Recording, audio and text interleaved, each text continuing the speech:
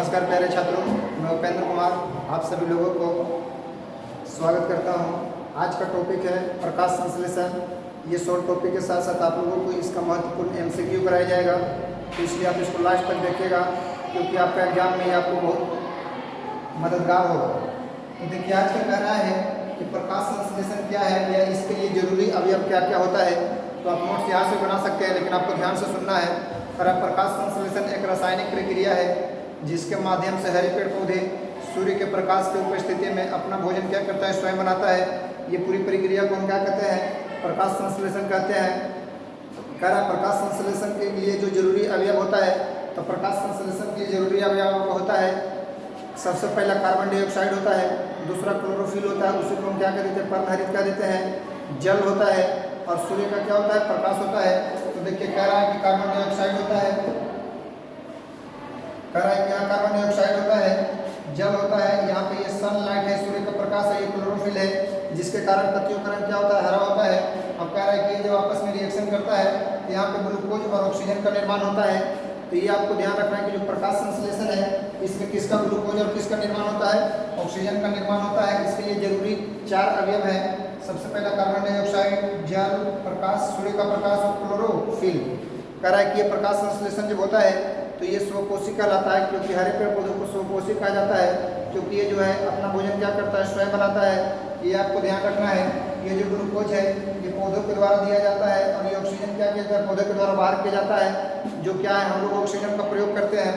ये ऑक्सीजन अब देखिए कह रहा है कि जो प्रकाश संश्लेषण है इसमें कार्बन डाइऑक्साइड गैस है, पेड़ पौधे के द्वारा क्या किया जाता है, प्रयोग किया जाता है, और ऑक्सीजन को क्या किया जाता है, निकाला जाता है। ये क्वेश्चन को आप ध्यान रखिएगा।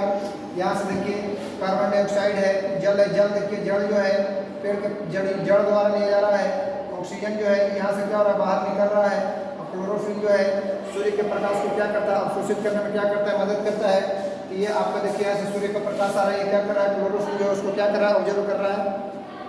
एक क्वेश्चन आपसे पूछता है कि जो सूर्य का प्रकाश है ये प्रकाश संश्लेषण की क्रिया कराता है, लेकिन किस कलर में सबसे ज्यादा होगा। तो आप लोगों को याद रखना है कि जो लाल कलर है इसमें सूर्य का प्रकाश क्या होता है, लाल कलर में सूर्य का प्रकाश क्या होता है, अधिक होता है। लाल कलर में सूर्य का प्रकाश क्या होता है, अधिक होता है।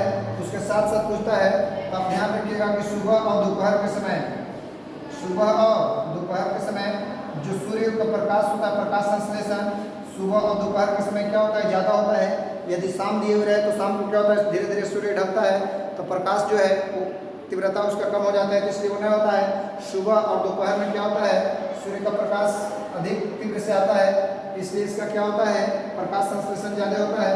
अब चलिए देखिए, ये हो गया। इसके बाद आप लोग के लिए है इसका मोस्ट इम्पोर्टेंट क्वेश्चन है। तो देखिए,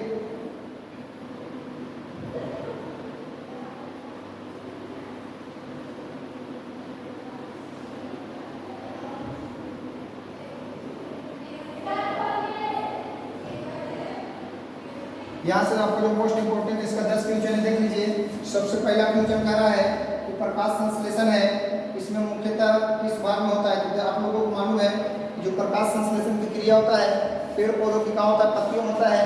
ये पहला क्वेश्चन है, प्रकाश संश्लेषण किस भाग में होता है। अब क्या राइट आंसर हो जाएगा, पत्ती। दूसरा कह प्रकाश संश्लेषण के लिए आवश्यक कच्चा माल क्या है, आप लोगों को मालूम है ऑक्सीजन होता नहीं है, कार्बन डाइऑक्साइड होता है, ऑक्सीजन होता नहीं है, लवण नहीं होता है। यहाँ से जो आपका राइट आंसर आ जाएगा बी आ जाएगा। प्रकाश संश्लेषण की ऊर्जा, तो यहाँ देखिए लिखा हुआ है प्रकाश संश्लेषण, इसलिए इसका क्या होगा, प्रकाश ऊर्जा होगा। क्वेश्चन नंबर 4 कह रहा है प्रकाश संश्लेषण किस गैस ग्रहण करता है। तो गैस जो ग्रहण करता है वो कार्बन डाइऑक्साइड को ग्रहण करता है। प्रकाश संश्लेषण में कौन सा वर्णक पाया जाता है, तो ये बताया कि क्लोरोफिल होता है। ये हीमोग्लोबिन हमारा रक्त में होता है, ये क्लोरोफिल आप ध्यान रखिएगा। इसके बाद कह प्रकाश संश्लेषण के दौरान कौन सा गैस उत्सर्जित होता है। एक है कि कौन सा गैस का प्रयोग करता है, तो कार्बन डाइऑक्साइड हो गया। उत्सर्जित करने के बाद बाहर कौन सा गैस निकालता है, तो ऑक्सीजन को निकालता है। इसके बाद अगला क्वेश्चन कह रहा है प्रकाश संश्लेषण का अंतिम उत्पाद क्या होता है। तो आप लोग देखें कि यहाँ जो प्रकाश संश्लेषण का अंतिम उत्पाद है वो कौन है, ग्लूकोज है। तो यहाँ पे आपका राइट आंसर क्या हो जाएगा, ग्लूकोज हो जाएगा। क्वेश्चन नंबर 1 कह रहा है क्लोरोफिल किस रंग का होता है। तो कह रहा है कि जो क्लोरोफिल है इसी के कारण क्या होता है, पत्ती का रंग कैसा होता है, हरा होता है। ये किस रंग का होता है, हरा रंग का होता है। यहाँ से जो आपका आंसर हो जाएगा, यहाँ पे क्वेश्चन नंबर 8 में आपका हरा हो जाएगा। प्रकाश संश्लेषण की प्रक्रिया मुख्यतः कब अधिक होता है, तो अभी आपको बताएं कि सुबह और दोपहर का समय क्या है कि जो प्रकाश की तीव्रता वो अधिक होता है, इसलिए सुबह और दोपहर के समय क्या होता है, प्रकाश संश्लेषण अधिक होता है। यहाँ पे शाम दे दिया तो इसलिए यहाँ पे आपका राइट आंसर दिन हो जाएगा। अब क्वेश्चन नंबर 10 का प्रकाश संश्लेषण के लिए आवश्यक जल पौधे कहाँ से ग्रहण करते हैं, तो देखिए यहाँ पे जल है। अब पौधे कहाँ से ग्रहण करते हैं, तो जड़ से ग्रहण करते हैं। तो ये आप ध्यान रखिएगा कि जो पेड़ पौधों के द्वारा जल ग्रहण किया जाता है, कहाँ से किया जाता है, जड़ से किया जाता है। तो ये आज का टॉपिक आप लोगों के लिए था, प्रकाश संश्लेषण। आप लोगों को जुड़ने के लिए धन्यवाद। आप लोग इसको यूट्यूब पर देखिए और उसके बाद में इस तरह के और भी सेशन से अपना लाभ उठाने के लिए आप हमारे चैनल को सब्सक्राइब करें और उस पर जितने भी वीडियो लोड है या शॉर्ट वीडियो लोड है उसको आप देखें ताकि आप एग्जाम में अच्छा मार्क्स कर सकें।